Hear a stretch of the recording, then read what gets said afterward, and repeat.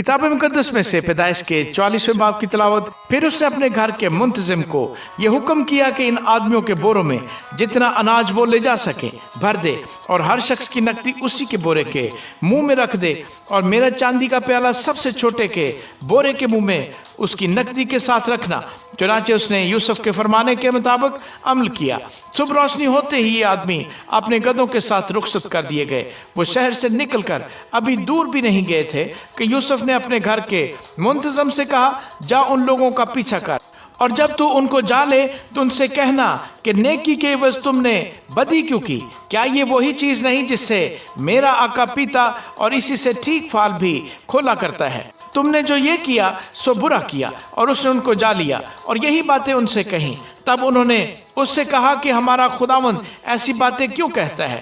خدا نہ کرے کہ تیرے خادم ایسا کام کرے، بھلا جو نقدی ہم کو اپنے بوروں کے منہ میں ملی اسے تو ہم ملک کنعان سے تیرے پاس واپس لے آئے، پھر تیرے آقا کے گھر سے چاندی یا سونا کیوں کر چرا سکتے ہیں؟ سو تیرے خادموں میں سے جس کسی کے پاس وہ نکلے وہ مار دیا جائے، اور ہم بھی اپنے خداوند کے غلام ہو جائیں گے۔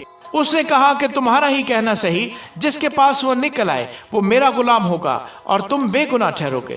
تب انہوں نے جلدی کی اور ایک ایک نے اپنا بورا زمین پر اتار لیا، اور ہر شخص نے اپنا بورا کھول دیا۔ سو وہ ڈھونڈنے لگا اور سب سے بڑے سے شروع کر کے سب سے چھوٹے پر تلاشی ختم کی، اور پیالہ بنیامین کے بورے میں ملا۔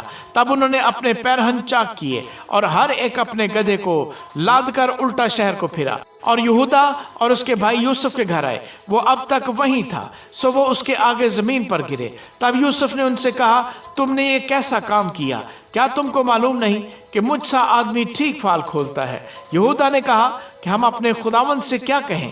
ہم کیا بات کریں یا کیوں کر اپنے کو بری ٹھہرائیں؟ خدا نے تیرے خادموں کی بدی پکڑ لی، سو دیکھ ہم بھی اور وہ بھی جس کے پاس پیالہ نکلا دونوں اپنے خداوند کے غلام ہیں۔ اس نے کہا، خدا نہ کرے کہ میں ایسا کروں، جس شخص کے پاس یہ پیالہ نکلا وہی میرا غلام ہوگا، اور تم اپنے باپ کے پاس سلامت چلے جاؤ۔ تب یہودا اس کے نزدیک جا کر کہنے لگا، اے میرے خداوند، ذرا اپنے خادم کو اجازت دے کہ اپنے خداوند کے کان میں ایک بات کہے، اور تیرا غضب تیرے خادم پر نہ بھڑکے، کیونکہ تو فرعون کی مانند ہے۔ میرے خداوند نے اپنے خادموں سے سوال کیا تھا کہ تمہارا باپ یا تمہارا بھائی ہے؟ اور ہم نے اپنے خداوند سے کہا تھا کہ ہمارا ایک بوڑھا باپ ہے اور اس کے بڑھاپے کا ایک چھوٹا لڑکا بھی ہے، اور اس کا بھائی مر گیا ہے اور وہ اپنی ماں کا ایک ہی رہ گیا ہے، سو اس کا باپ اس پر جان دیتا ہے۔ تب تو نے اپنے خادموں سے کہا کہ اسے میرے پاس لے آؤ کہ میں اسے دیکھوں۔ ہم نے اپنے خداوند کو بتایا کہ وہ لڑکا اپنے باپ کو چھوڑ نہیں سکتا، کیونکہ اگر وہ اپنے باپ کو چھوڑے تو اس کا باپ مر جائے گا۔ پھر تو نے اپنے خادموں سے کہا کہ جب تک تمہارا چھوٹا بھائی تمہارے ساتھ نہ آئے تم پھر میرا منہ نہ دیکھو گے۔ اور یوں ہوا کہ جب ہم اپنے باپ کے پاس جو تیرا خادم ہے پہنچے تو ہم نے اپنے خداوند کی باتیں اس سے کہیں۔ ہمارے باپ نے کہا، پھر جا کر ہمارے لیے کچھ اناج مول لاؤ۔ ہم نے کہا، ہم نہیں جا سکتے، اگر ہمارا سب سے چھوٹا بھائی ہمارے ساتھ ہو تو ہم جائیں گے، کیونکہ جب تک ہمارا سب سے چھوٹا بھائی ہمارے ساتھ نہ ہو ہم اس شخص کا منہ نہ دیکھیں گے۔ اور تیرے خادم میرے باپ نے ہم سے کہا، تم جانتے ہو کہ میری بیوی کے مجھ سے 2 بیٹے ہوئے، ایک تو مجھے چھوڑ ہی گیا، اور میں نے خیال کیا کہ وہ ضرور پھاڑ ڈالا گیا ہوگا، اور میں نے اسے اس وقت سے پھر نہیں دیکھا۔ اب اگر تم اس کو بھی میرے پاس سے لے جاؤ اور اس پر کوئی آفت آ پڑے تو تم میرے سفید بالوں کو غم کے ساتھ قبر میں اتارو گے۔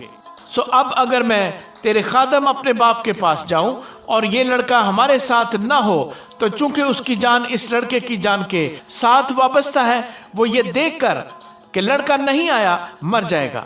اور تیرے خادم اپنے باپ کو جو تیرا خادم ہے سفید بالوں کو غم کے ساتھ قبر میں اتاریں گے۔ اور تیرا خادم اپنے باپ کے سامنے اس لڑکے کا ضامن بھی ہو چکا ہے، اور یہ کہا ہے کہ اگر میں اسے تیرے پاس واپس نہ پہنچا دوں تو میں ہمیشہ کے لیے اپنے باپ کا گنہگار ٹھہروں گا۔ اس لیے اب تیرے خادم کو اجازت ہو کہ وہ اس لڑکے کے بدلے اپنے خداوند کا غلام ہو کر رہ جائے، اور یہ لڑکا اپنے بھائیوں کے ساتھ چلا جائے، کیونکہ لڑکے کے بغیر میں کیا منہ لے کر اپنے باپ کے پاس جاؤں؟ کہیں ایسا نہ ہو کہ مجھے وہ مصیبت دیکھنی پڑے جو ایسے حال میں میرے باپ پر آئے گی۔ آمین۔